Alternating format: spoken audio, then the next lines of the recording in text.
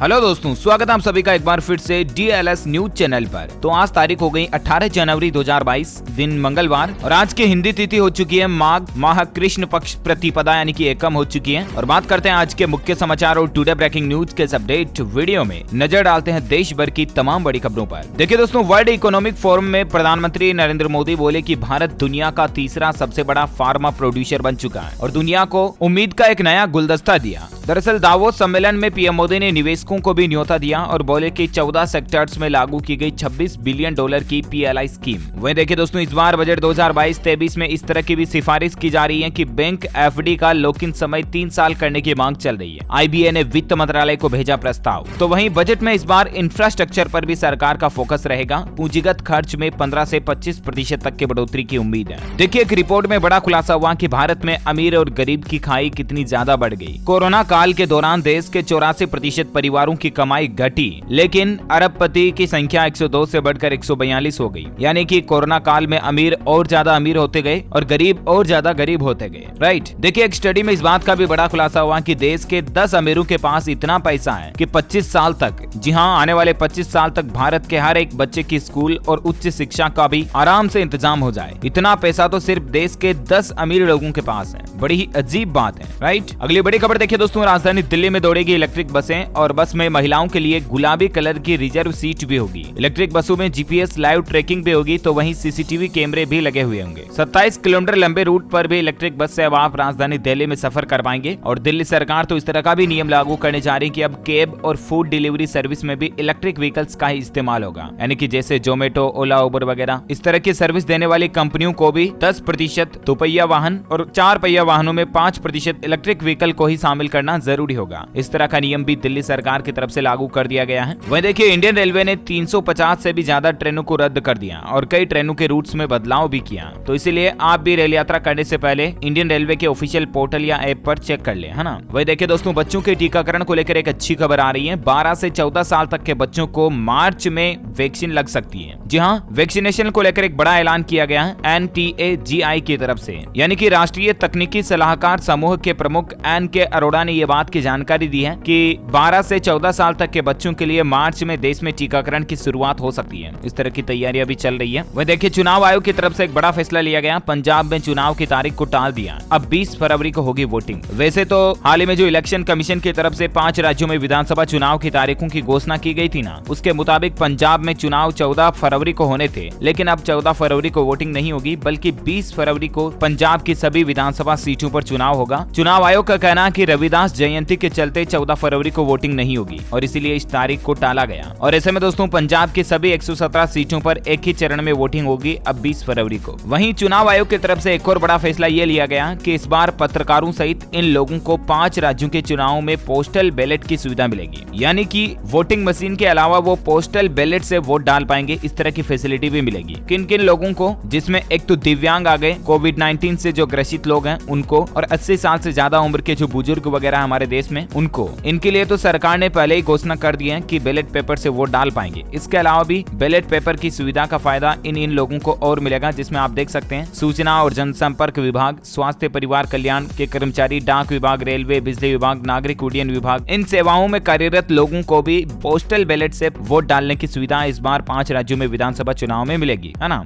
वही देखिए, सेबी ने IPO से जुड़े नियमों में बदलाव किया है। अब अधिग्रहण के लिए बस इतना रकम जुटा सकेगी कंपनियां। दरअसल मार्केट रेगुलेटर सेबी ने इनिशियल पब्लिक ऑफर यानी कि IPO लाने वाली कंपनियों के लिए एक नया नियम लागू कर दिया और इस नियम के मुताबिक IPO के जरिए जुटाई जाने वाली कंपनी की रकम कुल रकम का 35% से ज्यादा नहीं होगी। यानी कि इतनी अमाउंट से ज्यादा कंपनियां IPO के जरिए कलेक्शन नहीं कर पाएगी। इसके अलावा सेबी ने एंकर निवेशकों का लॉक इन पीरियड भी बढ़ा दिया। सेबी का कहना है कि एंकर निवेशकों की लॉक इन अवधि अब 90 दिनों तक बढ़ा दी गई है। तो ये IPO और शेयर मार्केट वगैरह के रूल्स एंड रेगुलेशंस में सेबी की तरफ से कुछ बदलाव किए गए हैं। ज्यादा जानकारी आप स्क्रीन पर देख सकते हैं। वहीं देखिए दोस्तों, राफेल समेत 75 फाइटर जेट करेंगे सबसे बड़ा फ्लाई पास्ट। 26 जनवरी को दुनिया देखेगी हिंदुस्तान की ताकत। जी हाँ, इस बार 26 जनवरी यानी गणतंत्र दिवस पर दुनिया भारत की ताकत देखेगी। आसमान में गरजेंगे राफेल और जगुआर। 75 लड़ाकू विमानों के द्वारा आसमान में प्रदर्शन किया जाएगा। गणतंत्र दिवस की तैयारियों में इस बार इस तरह के कुछ नजारे आपको देखने मिलेंगे। वहीं देखिए, उत्तर प्रदेश अमेठी के एक किसान की बेटी भी गणतंत्र दिवस पर राजपथ पर करेंगी कदम ताल और यूपी का नेतृत्व करेगी। ये तस्वीर आप देख सकते हैं इनका नाम है सालू। ये अमेठी तहसील की रहने वाली है और राजधानी दिल्ली में होने वाली परेड में इस बार ये भी कदम ताल करती हुई आपको दिखाई देगी। तो वहीं गणतंत्र दिवस परेड में इस साल भी बंगाल की झांकी को मंजूरी नहीं मिली और इसके चलते ममता बनर्जी ने पीएम मोदी को पत्र वगैरह भी लिखा है। चलिए अगला अपडेट देखिए दोस्तों, बड़ी ही दुख की बात है, नहीं रहे कथक के सरताज। जी हाँ, कथक नृत्य के सरताज या यूं कहे आप कथक के किंग कहलाने वाले प्रसिद्ध कथक नर्तक पद्म विभूषण बिरजू महाराज का हार्ट अटैक से निधन हो चुका है। 83 साल की उम्र में इन्होंने अंतिम सांस ली है और इनके निधन पर प्रधानमंत्री नरेंद्र मोदी से लेकर बॉलीवुड सहित देश की कई बड़ी दिग्गज हस्तियों ने दुख भी जताया। ईश्वर इनकी आत्मा को शांति दे, हमारी यही प्रार्थना है। वहीं देखिए हमारे देश में एक सामाजिक कार्यकर्ता शांति देवी का भी निधन हो चुका है। पीएम मोदी ने शोक जताया, इनको पद्मश्री अवार्ड भी मिला हुआ है सामाजिक कार्य के लिए। वाकई में ऐसी महान हस्तियों को दिल से सैल्यूट। चलिए अगला अपडेट देखिए दोस्तों, देश की आर्थिक राजधानी मुंबई में अब ड्राइविंग लाइसेंस बनवाना आसान होगा। आरटीओ एक नई तरह की पहल शुरू कर रही है। दरअसल मुंबई के सभी आरटीओ ऑफिस में लगाए जा रहे एक सिमुलेटर मशीन पर परीक्षा देने आए लोग अब निःशुल्क अभ्यास कर पाएंगे। हालांकि ड्राइविंग टेस्ट आपको बाद में भी देना पड़ेगा, लेकिन उस मशीन पर प्रैक्टिस कर पाएंगे, जिससे कि आपका ड्राइविंग टेस्ट और आसान हो जाएगा, है ना। मुंबई में इस तरह का नियम लागू हो चुका है। वहीं देखिए एक अच्छी खबर है, अब खारिज दाखिल करने के लिए नहीं काटना होगा कार्यालय का चक्कर, घर बैठे आपका काम हो जाएगा। जी हाँ दोस्तों, दरअसल यूपी सरकार की तरफ से इस तरह का नया नियम लागू किया जा रहा है। जमीन खरीदने के बाद अब खारिज दाखिल कराने के लिए लोगों को तहसील व रजिस्ट्री दफ्तर का चक्कर नहीं काटना पड़ेगा, क्योंकि अब खारिज दाखिल करना ऑनलाइन कर दिया गया और जल्द ही इस पर काम भी शुरू हो जाएगा और घर बैठे ही आप ऑनलाइन ही अपना ये काम कर पाएंगे। यूपी में जमीन बेचने और खरीदने वालों को इस नई सुविधा का फायदा मिलेगा। वहीं देखिए दोस्तों, पाकिस्तान को लेकर एक बड़ी खबर निकल कर आ रही है कि अब पाकिस्तान के लोग ही उनके प्रधानमंत्री को इंटरनेशनल भिखारी कहने लगे। जी हाँ, पाकिस्तान के विपक्षी नेता बोले कि प्रधानमंत्री का जाना ही सभी समस्याओं का हल होगा, क्योंकि पाकिस्तान ने हाल ही में अंतर्राष्ट्रीय स्तर पर कई जगहों से उधार लिया, ऋण लिया और पाकिस्तान की इकोनॉमी काफी ज्यादा खराब भी हो रही है। पाकिस्तान में महंगाई भी बहुत ज्यादा हद तक बढ़ गई है। इसके कारण पाकिस्तान के लोग खुद पाकिस्तान के प्रधानमंत्री को इंटरनेशनल भिखारी बोल रहे हैं। देखिए क्या हालात हो रहे हैं। चलिए अगला अपडेट देखिए दोस्तों, कुछ बैंकिंग न्यूज फटाफट से मैं आपको बता देता हूँ। अगर आपका भी बैंक ऑफ इंडिया में खाता है तो आपके लिए एक बड़ी खबर आई है। 3 दिन तक आप खाते से पैसा निकालने और जमा करने में आपको कोई दिक्कत आ सकती है, परेशानी आ सकती है। इसके पीछे कारण ये कि बैंक का कहना है कि कुछ टेक्निकल अपग्रेडेशन का काम चल रहा, सॉफ्टवेयर और सर्वर को अपडेट और मेंटेनेंस के चलते बैंक ऑफ इंडिया के ग्राहक 21 जनवरी की रात से लेकर 24 जनवरी की सुबह तक कुछ बैंकिंग सेवाओं का फायदा नहीं ले पाएंगे। हालांकि इस दरमियान आपके सभी इंटरनेट बैंकिंग सेवाएं चालू रहेगी, एटीएम भी चालू रहेंगे, लेकिन ब्रांच से संबंधित कुछ कामों पर असर पड़ेगा। बैंक ऑफ इंडिया का कहना है कि कौन कौन से काम प्रभावित होंगे इससे, तो बैंक में जाकर के जो फिजिकली हम एनईएफटी या चेक के द्वारा आरटीजीएस जो कराते हैं ना, उसमें आपको थोड़ी दिक्कत आ सकती है। बैंक का कहना है कि बैंक ब्रांच से होने वाले आउटवर्ड एनईएफटी और आरटीजीएस, स्विफ्ट, एनसीएच और चैनल डिलीवरी का काम नहीं होगा। ग्राहक 21 जनवरी से 24 जनवरी तक ब्रांच में इन सुविधाओं का फायदा नहीं ले पाएंगे। हालांकि इस दरमियान आपकी सभी नेट बैंकिंग, यूपीआई सर्विस वगैरह चालू रहेगी, है ना। वहीं बैंकिंग न्यूज में एक और खबर आ रही है कि सिटी कोऑपरेटिव बैंक के ग्राहकों के लिए बड़ी खबर देखिए। भारतीय रिजर्व बैंक यानी कि आरबीआई ने इस पर लगी पाबंदियों को 16 अप्रैल 2022 तक बढ़ा दिया। पहले इसकी पाबंदियां 16 जनवरी 2022 तक के लिए थी, लेकिन अब 3 महीने तक और इस बैंक पर लगी पाबंदियों को बढ़ा दिया। बैंक की वित्तीय स्थिति खराब होने के चलते केंद्रीय बैंक ने सिटी कोऑपरेटिव बैंक पर कुछ पाबंदियां लगा रखी हैं, जैसे कि बैंक नए लोन वगैरह इश्यू नहीं कर सकता है और ग्राहकों के द्वारा भी पैसे जमा कराने और निकालने पर जो लिमिटेशंस लगाई हुई थी उनको अब 16 अप्रैल तक बढ़ा दिया, है ना। और बाकी देखिए बैंकिंग में एक और खबर आईसीआईसीआई बैंक के ग्राहकों के लिए भी आ रही है। अगर आप भी आईसीआईसीआई बैंक का क्रेडिट कार्ड इस्तेमाल करते हैं तो सावधान हो जाइए, क्योंकि अब आपको ज्यादा चार्ज देने पड़ेंगे। जी हाँ, अगले महीने की 10 तारीख से ही यानी कि 10 फरवरी से आईसीआईसीआई बैंक क्रेडिट कार्ड से कैश एडवांस के मामले में ट्रांजेक्शन फीस भी 2.5% रहेगी, जो कि मिनिमम 500 रुपए तक होगी, और चेक वापसी फीस और ऑटो डेबिट रिटर्न फीस कुल अमाउंट का 2% होगी, जो कि कम से कम 500 रुपए होगी, है ना। एक तो ये नया नियम आईसीआईसीआई बैंक के क्रेडिट कार्ड वालों के लिए लागू हो रहा है। इसके अलावा लेट फीस के चार्ज में भी बढ़ोतरी करने जा रहा है आईसीआईसीआई बैंक। अब आप देख सकते हैं 1000 रुपए से कम पर कोई चार्ज नहीं लगेगा अगर आप क्रेडिट कार्ड का बिल लेट पेमेंट करते तो भी, लेकिन 100 से 500 रुपए तक आपको 100 रुपए पेनल्टी देनी पड़ेगी। और इसी तरह से ये लिस्ट देख सकते हैं 500 से 5000 तक 500 रुपए वगैरह वगैरह। चलिए अगला अपडेट देखिए दोस्तों, चीन से निपटने की भारत ने पूरी तैयारी कर ली है। अप्रैल से ऑपरेशनल होगी S-400 मिसाइल डिफेंस सिस्टम की पहली यूनिट तैयार हो चुकी है और अगले साल से 5वीं यूनिट काम करने लग जाएगी। वह देखिए हाईकोर्ट ने सरकार से कहा कि इनकम टैक्स पोर्टल पर कुछ खामियां हैं, अब फिजिकल फाइलिंग की भी अनुमति दो। गुजरात हाईकोर्ट ने गवर्नमेंट से गुजारिश की है। अच्छा दोस्तों, खबरों का सिलसिला जारी रहेगा। अभी तो कुछ और गवर्नमेंट की तरफ से स्कीम और अनाउंसमेंट के बारे में आपको बताना बाकी है, लेकिन फिलहाल वक्त हो चुका आज के ताजा मौसम समाचार जानने का। देखिए आने वाले दिनों में दिल्ली समेत इन राज्यों में बढ़ेगी ठिठुरन। मौसम विभाग ने जारी किया अलर्ट। मौसम विभाग का कहना है कि सर्दी से अगले 2-3 दिन राहत मिलने वाली नहीं है। मध्य प्रदेश, उत्तर प्रदेश, राजस्थान और पंजाब पंजाब में कड़ाके की ठंड की चेतावनी आ रही है और कोहरे के कारण 500 मीटर से कम विजिबिलिटी रहने की संभावना है। अगले 2 दिन दिल्ली, यूपी, एमपी और पंजाब में शीतलहर तो चलेगी ही, साथ ही 19 जनवरी से ठंड में थोड़ी कमी होने की संभावना है। यूपी में अगले 2 दिन ठंड और कोहरे का कहर भी जारी रहेगा। वीकेंड पर बारिश होने के भी आसार हैं। तो वहीं संपूर्ण भारत का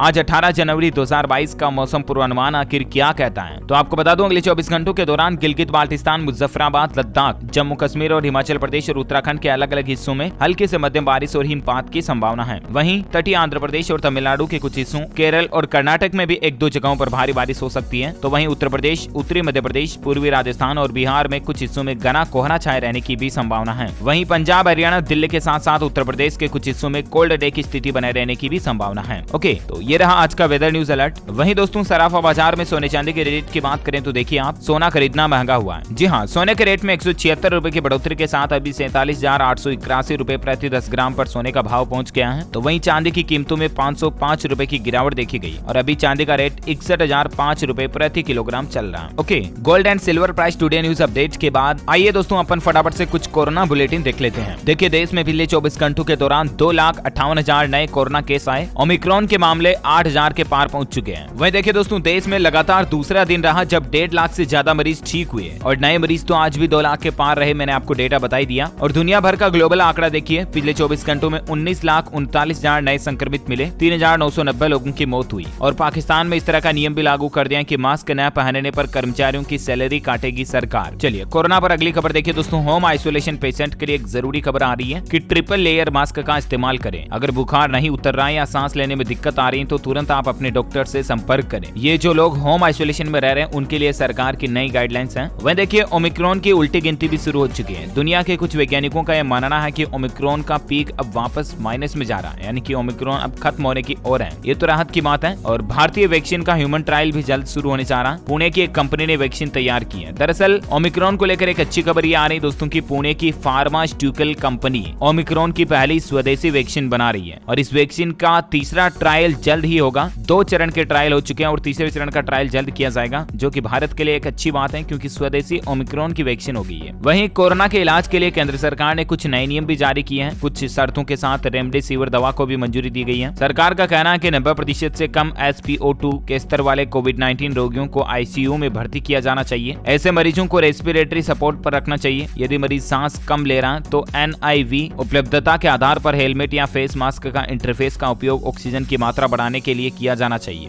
तो ये कुछ नई गाइडलाइंस लागू की है सरकार ने। डिटेल्स आप ज्यादा स्क्रीन पर भी देख सकते हैं इसके बारे में। वहीं एक राहत की खबर आ रही कि कोरोना की पीक अब उतनी भयावह नहीं होगी। IIT के एक प्रोफेसर ने यह दावा किया कि 4 लाख से कम केस आएंगे कोरोना के पीक में भी, जो कि भारत के लिए एक बड़ी ही राहत की बात है, राइट। वहीं देखिए दोस्तों, केट यानी कि confederation of all India traders व्यापारियों के संगठन ने यह दावा किया कि कोविड-19 की तीसरी लहर में 15 दिन में ही 50% कारोबार को नुकसान हुआ। यानी कि जरा अंदाजा लगाइए आप कोरोना कितना ज्यादा आर्थिक गतिविधियों को भी प्रभावित करता है, राइट। वहीं राजधानी दिल्ली में बीते 24 घंटों में कोविड-19 संक्रमण के 12,000 नए मामले सामने आए तो 24 लोगों की मृत्यु हुई। संक्रमण दर अभी भी 27% चल रही है। हिमाचल प्रदेश में राज्य में देखिए नया नियम लागू हो चुका है। बाजार में सभी दुकानें खोलने और बंद करने का समय भी तय हो गया। ढाबे शहरी क्षेत्र में रात 10 बजे तक और नेशनल हाईवे पर 11 बजे तक खुलेंगे और भी इसके बारे में ज्यादा डिटेल्स आप स्क्रीन पर देख सकते हैं। वहीं देखिए, कोरोना के मामलों को देखते हुए राजस्थान राज्य सरकार ने भी एक बड़ा फैसला लिया और 12वीं तक के स्कूल अब 30 जनवरी तक बंद रखने का निर्णय लिया गया है। वहीं उत्तर प्रदेश वाराणसी के DM की चेतावनी देखिए आप, दूसरी डोज के प्रमाण पत्र को दिखाए बिना नहीं मिलेगा राशन। यूपी वाराणसी में इस तरह का नियम भी लागू हो चुका है। स्कूलों और 10वीं के विद्यार्थियों के लिए भी अलर्ट जारी किया है कि वैक्सीन लगवाएं। तो वहीं देखिए, कोविड-19 से मौत पर पारसी परंपरा से अंतिम संस्कार की इजाजत देने से केंद्र सरकार ने इनकार कर दिया और सुप्रीम कोर्ट में सरकार ने ये जवाब देते हुए कहा कि अलग अलग तौर तरीकों से अंतिम संस्कार करने पर कोरोना का स्प्रेड ज्यादा हो सकता है और इसीलिए पारसी परंपरा से अंतिम संस्कार की इजाजत केंद्र सरकार ने नहीं दी है। वहीं देखिए दोस्तों, हमारे देश के अलावा चीन में कोरोना से हालात क्या चल रहे हैं। चीन में लॉकडाउन के नाम पर तानाशाही चल रही है। प्रेग्नेंट महिलाओं ने बच्चे गंवाए तो लोग भूखे मर रहे हैं। पेशेंट्स ने हॉस्पिटल के दरवाजे पर ही दम तोड़ दिया। इस तरह के हालात चल रहे हैं चाइना में, है ना। तो ये देश में कोरोना के हालात चल रहे हैं और आइए अपन फटाफट से कुछ एजुकेशनल खबरें देख लेते हैं। देखिए, बिहार में 6ठी से 12वीं तक के बच्चों के लिए दूरदर्शन पर क्लासेस लगेगी और इनका शेड्यूल क्या रहेगा इसकी भी जानकारी आप स्क्रीन पर देख सकते हैं कि सुबह 9 से 10 बजे तक 6ठी से 8वीं तक की कक्षाएं लगेगी, 10 से 11 तक 9वीं से 10वीं और 11 से 12 तक 11वीं 12वीं की कक्षाएं दूरदर्शन पर अब बच्चों को पढ़ने के लिए मिलेगी बिहार में। वह देखिए, उत्तर प्रदेश प्रशासन की तरफ से भी एक नई व्यवस्था शुरू की गई है। स्कूली छात्रों को मिलेंगे 1 लाख रुपए, करना होगा ये काम। जी हाँ, खेलों को बढ़ावा देने के लिए शासन की ओर से हर संभव प्रयास किए जा रहे हैं और अब तक भले ही स्कूली छात्रों को खेलकूद प्रतियोगिता में बेहतर प्रदर्शन करने पर कोई सम्मान ना मिलता हो, लेकिन अब राष्ट्रीय स्तर पर स्कूल का प्रतिनिधित्व कर पदक जीतने वाले छात्रों को उत्तर प्रदेश सरकार की ओर से एकल वर्ग में 10,000 रुपए से लेकर 1 लाख रुपए और टीम वर्ग में 6,000 रुपए से लेकर 50,000 रुपए तक की धनराशि खिलाड़ियों को इनाम के रूप में दी जाएगी। वह देखिए, यूपी में सरकार ने एक और योजना शुरू की है, समेकित शिक्षा योजना, जिससे विशेष बच्चों को होम बेस्ड एजुकेशन मिलेगी और 3500 रुपए शिक्षण सामग्री भी मिलेगी। दरअसल यूपी सरकार की तरफ से जो दिव्यांग बच्चे हैं उनको अब घर पर पढ़ाई का अवसर मिलेगा, घर पर ही उनको टीचर पढ़ाने के लिए जाएंगे और इसके अलावा 3500 रुपए उनको उनकी किताबें, पेन, पेंसिल सामग्री लाने के लिए भी मिलेंगे। ये भी यूपी सरकार की एक नई पहल है। तो वही देखिए, यूपी टेट एग्जाम पर भी खबर आ रही कि 21 लाख उम्मीदवारों के लिए 23 जनवरी को ही होगी परीक्षा। मुख्यमंत्री ने दिए एग्जाम अथॉरिटी को निर्देश। वही देखिए दोस्तों, झारखंड में जेपीएससी मेंस की परीक्षा 28 जनवरी से होगी। आज से ही आप डाउनलोड कर पाएंगे एडमिट कार्ड। वहीं हाईकोर्ट का एक महत्वपूर्ण फैसला देखिए आप, फीस न देने वाले बच्चों को परीक्षा से वंचित नहीं कर सकते हैं स्कूल।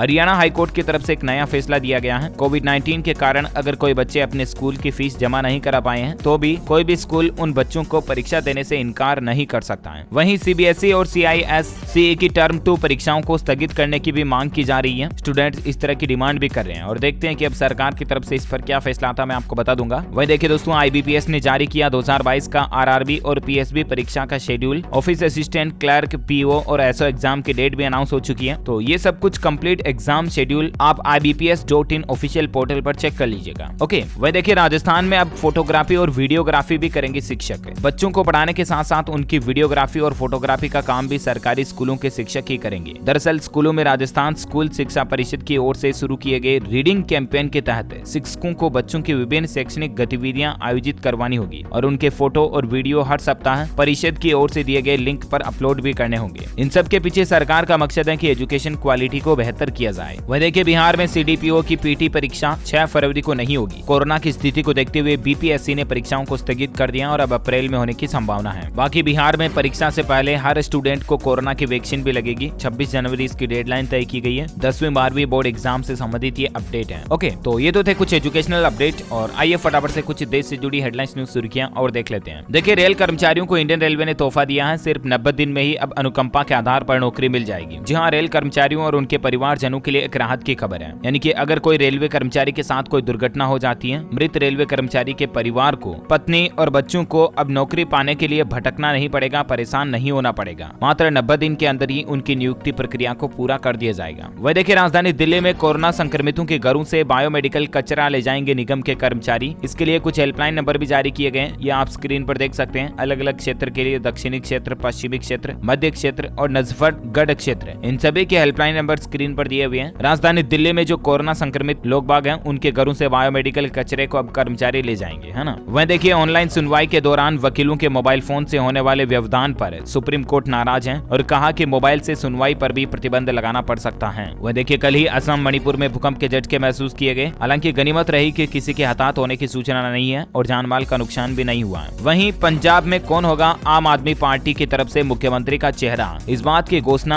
आज दिल्ली के मुख्यमंत्री अरविंद केजरीवाल मंगलवार को करेंगे। यानी कि पंजाब में आम आदमी पार्टी की तरफ से सीएम का कैंडिडेट कौन होगा, इसका अनाउंसमेंट आज किया जाएगा, है ना। वह देखिए, बिहार में अगले सप्ताह से शुरू होगा 18 जिलों में जमीन का सर्वे। इसको लेकर खतियानों की सूची भी बन रही है। राजस्व एवं भूमि सुधार विभाग ने प्रत्येक जिले को 4 लाख रुपए के हिसाब से तकरीबन 72 लाख रुपए का बजट भी जारी कर दिया इस काम को लेकर। और जल्द ही अब मतलब बिहार में जमीनों का रिकॉर्ड डिजिटल और ऑनलाइन होने जा रहा है। वहीं टेक न्यूज के तहत अपडेट देखिए, Vivo V23 जो कि रंग बदलने वाला Vivo फोन है, इसकी सेल भी शुरू हो चुकी है। अभी 2500 रुपए तक की छूट वगैरह भी मिल रही है, तो आप भी चाहे तो इसे खरीद सकते हैं फ्लिपकार्ट वगैरह पर, है ना। वहीं भारतीय स्टेट बैंक SBI ने वापस ली कोरोना की ये स्पेशल स्कीम। अब नहीं मिलेगा 20,000 रुपए का फायदा। जी हाँ, स्पेशल सपोर्ट स्कीम जो कि SBI ने अपने कर्मचारियों के लिए निकाली थी आर्थिक मदद के लिए कोरोना काल के दौरान, और इस स्कीम को बैंक ने वापस ले लिया। वहीं LIC की तरफ से महिलाओं के लिए एक खास पॉलिसी निकाली गई है, स्पेशली देश की माताओं बहनों के लिए बड़ी ही अच्छी बात है। इस योजना का नाम है आधारशिला और इस योजना में महिलाएं अगर हर दिन 29 रुपए का निवेश करती हैं, 29 रुपए LIC में जमा कराती हैं, तो 4 लाख रुपए तक का लाभ मिलेगा। अब इस योजना को लेकर अलग अलग प्लान्स हैं। 8 साल से लेकर 55 साल तक की उम्र वाली महिलाएं इस पॉलिसी का लाभ ले सकती है। कम से कम 10 सालों तक इस पॉलिसी को लिया जा सकता है। और किस तरह से इस पॉलिसी में आपको क्या क्या फायदे मिलेंगे, वैसे तो इनकी डिटेल्स आप स्क्रीन पर देख सकते हैं। और भी अगर आप कहो दोस्तों तो मैं इसका एक सेपरेट वीडियो अलग से बना करके आज दिन में DLS न्यूज के ऊपर डाल दूंगा, तो वहां से आप चेक चेक कर लीजिएगा। ओके, वह देखिए मध्य प्रदेश के मुख्यमंत्री शिवराज का बड़ा फैसला है, सरपंचों को लौटाए सभी वित्तीय अधिकार। उन्होंने कहा कि जनता की ताकत से बढ़कर कुछ भी नहीं है। 12 दिन बाद मध्य प्रदेश की शिवराज सरकार ने अपना फैसला पलटते हुए पंचायत प्रतिनिधियों को पहले की ही तरह वापस अपने सभी अधिकार वापस दे दिए। पहले सरपंचों के कई सारे अधिकार को गवर्नमेंट ने हटा दिए थे, तो वो वापस दे दिए, है ना। वह देखिए दोस्तों, हुआई कंपनी की तरफ से एक ऐसा स्कूल बैग बनाया गया जिससे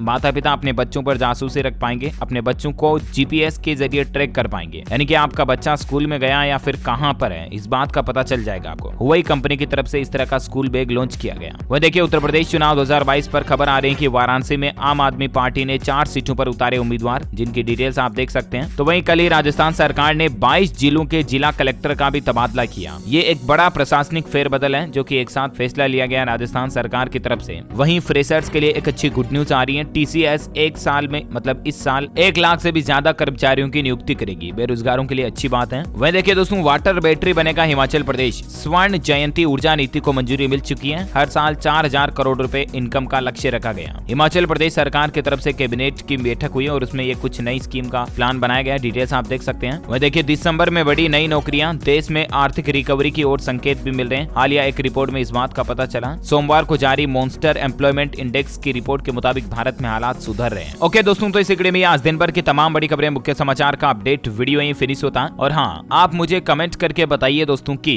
भारत में अभी कोरोना वायरस की कुल कितनी वैक्सीन चल रही है, लोगों को कुल कितने तरह की वैक्सीन जो लगाई जा रही है, अलग अलग टाइप की। कमेंट करके बताइए। जो लोग इस सवाल का सही जवाब इस वीडियो के नीचे कमेंट में देंगे ना, वो रेंडमली सेलेक्ट होने पर आप हमारी DLS न्यूज टीम की तरफ से जीत सकते हैं एक शानदार सरप्राइज गिफ्ट, जिसमें आपको mobile, computer, laptop, tablet, PC, gadgets वगैरह कुछ भी जीतने का मौका मिलेगा, जो कि गिव अवे के रूप में आप तक पहुंचा दिया जाएगा। इसी के साथ ही अगर आपको वीडियो अच्छा लगा तो इसे लाइक करना, शेयर भी करना अपने दोस्तों के साथ फेसबुक और व्हाट्सएप पर। और हाँ, आप हमारे चैनल DLS न्यूज को सब्सक्राइब करके बेल आइकन भी जरूर दबा देना, ताकि आपको रोजाना के ताजा अपडेट्स और काम की खबरें तुरंत आपके मोबाइल पर मिलती रहेगी। Thank you, take care, good bye, जय हिंद, जय भारत, वंदे मातरम।